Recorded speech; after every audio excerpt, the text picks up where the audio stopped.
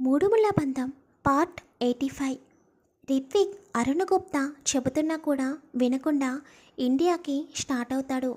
ఇదంతా వైష్ణవి వల్లే అని అరుణ్ గుప్తాకి వైష్ణవిపై ఇంకా కోపం పెరిగిపోయి, నీ వల్ల నా కొడుకు నన్ను కాదని నీ దగ్గరికి బయలుదేరాడు. వాడు నీ దగ్గరికి వచ్చేలోగా నువ్వు భూమిపై లేకుండా చేస్తాను అని చాలా కోపంగా ఇండియాలో తను సుఫారీ ఇచ్చిన కిల్లర్స్కి కాల్ చేసి వెంటనే వైష్ణవిని కిడ్నాప్ చేసి చంపేయమని చెబుతాడు. వాళ్ళు అరుణ్ గుప్తాకి ఓకే అని చెప్పి వైష్ణవి ఫోటో తీసుకుని ఢిల్లీ నుండి వైజాగ్కి స్టార్ట్ అవుతారు. రిత్విక్ చాలా కోపంగా ఇంటి నుండి స్టార్ట్ అయ్యి నేరుగా హోటల్కి వెళ్తాడు. ఎందుకంటే తను బుక్ చేసుకున్న ఫ్లైట్ మార్నింగ్ ఉంటుంది.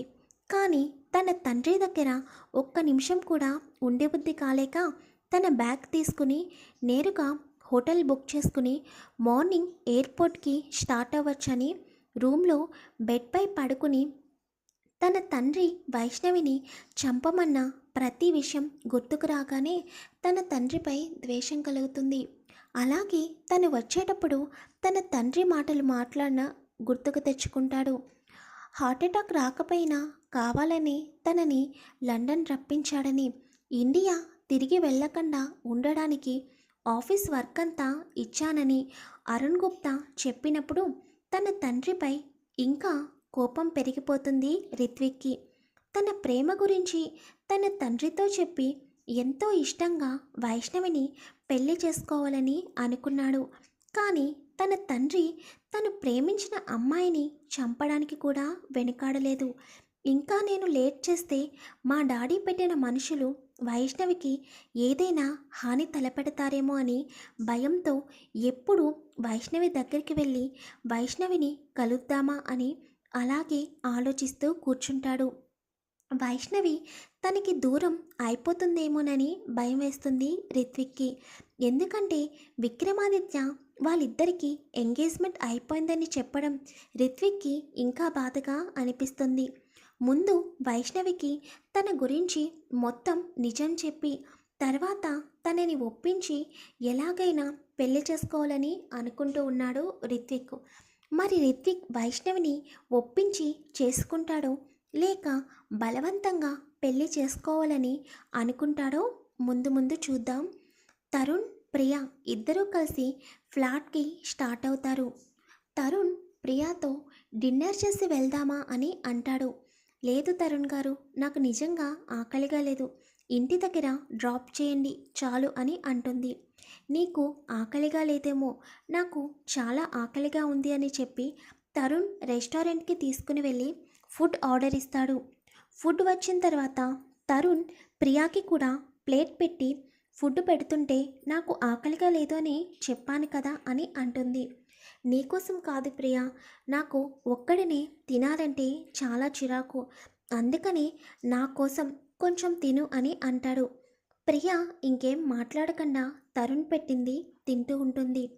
తరుణ్ మనసులో నేను ఇలా చేస్తేనే కానీ నువ్వు తినవు అని నాకు తెలుసు, నువ్వు సిస్టర్ గురించి ఆలోచిస్తూ బాధపడుతున్నావు, అందుకే నేనే స్టెప్ తీసుకున్నాను అని అనుకుంటూ తను కూడా తినడం కంప్లీట్ చేసి ఇద్దరు రెస్టారెంట్ నుండి స్టార్ట్ అయ్యి ప్రియాని ప్లాట్ దగ్గర దించేసి జాగ్రత్తగా ఉండమని చెప్పి ఏదైనా అవసరం ఉంటేనే వెంటనే కాల్ చేయమని చెబుతాడు. అలాగే మార్నింగ్ వస్తానని, వచ్చిన తర్వాత హాస్పిటల్కి వెళ్దామని చెప్పి తరుణ్ ఇంటికి వెళ్ళిపోతాడు. ప్రియా కూడా ప్లాట్ లోపలికి వెళ్ళి డోర్ లాక్ చేసుకుని విక్రమాదిత్యకి ఇంటికి చేరుకున్నానని మెసేజ్ పెట్టి వైష్ణవి విక్రమాదిత్య గురించి ఆలోచిస్తూ నిద్రలోకి జారుకుంటుంది. తరుణ్ వైష్ణవి గురించి అలాగే ఉదయం లేచిన దగ్గర నుండి ప్రియాతో జరిగిన ప్రతి ఇన్సిడెంట్ గుర్తుకు తెచ్చుకుని ప్రియ ఆలోచనలతో నెమ్మదిగా నిద్రలోకి జారుకుంటాడు. విక్రమాదిత్య హాస్పిటల్లోనే వైష్ణవి పక్కనే కూర్చుని తను రిషి విషయంలో ఏమేమి చేయాలో ఆలోచిస్తూ త్వరగా వైష్ణవికి మెలకువ రావాలని కోరుకుంటూ తను కూడా ఎప్పుడో నిద్రలోకి జారుకుంటాడు. చంద్రుడు వెళ్ళిపోయి సూర్యుడు అందరికీ గుడ్ మార్నింగ్ చెప్పడానికి రెడీగా ఉన్నాడు.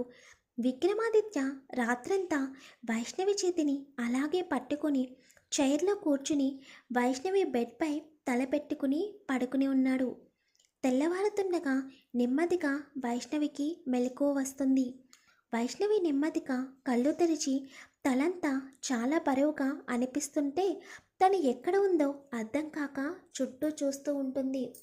అది హాస్పిటల్ అని అర్థమవుతుంటే తను ఎందుకు అక్కడ ఉందో నెమ్మదిగా గుర్తుకు తెచ్చుకుంటుంది.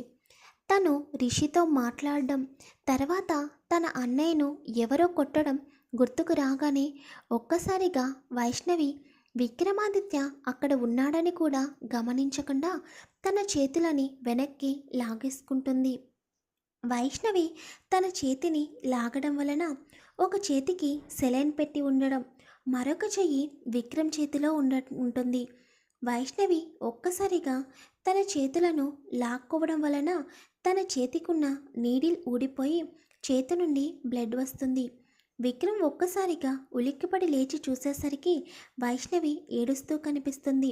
అలాగే తన చేతికి బ్లడ్ రావడం గమనించి వెంటనే విక్రమ్ సీరియస్ అయ్యి, పిచ్చి పట్టిందా నీకు, ఏం చేస్తున్నావు అని కోపంగా వైష్ణవి చేతిని బ్లడ్ రాకుండా ఫింగర్ పెట్టి వెంటనే డాక్టర్కి కాల్ చేసి నర్స్ని పంపించమని చెబుతాడు.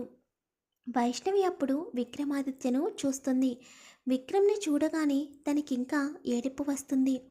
ఇంతలో నర్సు వచ్చి వైష్ణవి చేతికి బ్లడ్ రాకుండా కాటన్ పెట్టి వెళ్ళిపోతుంది. తర్వాత విక్రమ్ వైష్ణవి వైపు చూసి ఎందుకిలా చేశావు అని అడగగానే వైష్ణవి ఒక్కసారిగా విక్రమ్ని హత్తుకుని, విక్రమ్ గారు నాకు చాలా భయంగా ఉంది, నేను వెంటనే రిషిని కలవాలి, ప్లీజ్ నన్ను వెళ్ళనివ్వండి అని ఏడుస్తూ మాట్లాడుతుంది. విక్రమాదిత్యకు నిన్న రిషి తనతో మాట్లాడడం గుర్తుకు వస్తుంది. నన్ను కలవమని చెప్పినా కూడా ఎందుకు రాలేదని అడిగిన విషయం గుర్తుకు వచ్చి వైష్ణవితో నువ్వు ఎక్కడికి వెళ్ళవలసిన అవసరం లేదు, కొంత సమయం తర్వాత వాడే నీ కాళ్ళ దగ్గరికి వస్తాడు అని చెబుతాడు. కానీ విక్రమ్ చెప్పే మాటలను వైష్ణవి పట్టించుకోకుండా, లేదు విక్రమ్ గారు, నేను రిషి దగ్గరికి వెళ్ళాలి, ప్లీజ్, తను అన్నయ్యను చంపేస్తాడు, నాకు నా అన్నయ్య కావాలి, నా అన్నయ్య గురించి రిషి ఏం చెప్పినా నేను చేస్తాను అని తన ఫ్లోలో తను చెబుతూ ఉంటుంది. రిషి వైష్ణవిని తన అన్నయ్య విషయంలో బ్లాక్మెయిల్ చేశాడని అర్థమవుతుంటే వైష్ణవి ముందు జరిగింది చెప్పు, నువ్వు నిన్నటి నుంచి అస్సలు స్పృహలో లేవు, నేను చాంబరికి వచ్చేటప్పటికీ నువ్వు తల పట్టుకుని కూర్చుని వెంటనే స్పృహ కోల్పోయావు, అసలు ఏం జరిగింది, వాడు నీకు ఏ వీడియో పంపించాడు, నువ్వు ఎందుకు అంత భయపడుతున్నావు అని అడుగుతాడు. వెంటనే వైష్ణవి విక్రమ్ వైపు చూసి రిషి నన్ను బ్లాక్మెయిల్ చేశారని మీకు ఎవరు చెప్పారు అని అడుగుతుంది. చూడు, నా ఛాంబర్లో ఏం జరుగుతుందో నాకు తెలియకుండా ఉండదు, కానీ ముందు వాడు నీకు ఏ వీడియో పంపించాడో చెప్పు అని సీరియస్గా అంటాడు. విక్రమ్ గారు, మా అన్నయ్యను ఎవరో బాగా కొడుతున్నారు, నేను తనని కలవకపోతే మా అన్నయ్యని చంపేస్తానని చెప్పాడు, ప్లీజ్ మా అన్నయ్య ఆ రిషి దగ్గరే ఉన్నాడు, నన్ను రిషి దగ్గరికి పంపించండి అని అంటుంది వైష్ణవి. మరి నెక్స్ట్ ఏం జరుగుతుందో తర్వాత ఎపిసోడ్లో తెలుసుకుందాం. వీడియో నచ్చితే లైక్ చేయండి, షేర్ చేయండి, ఛానల్ని సబ్స్క్రైబ్ చేసుకోండి. Thank you.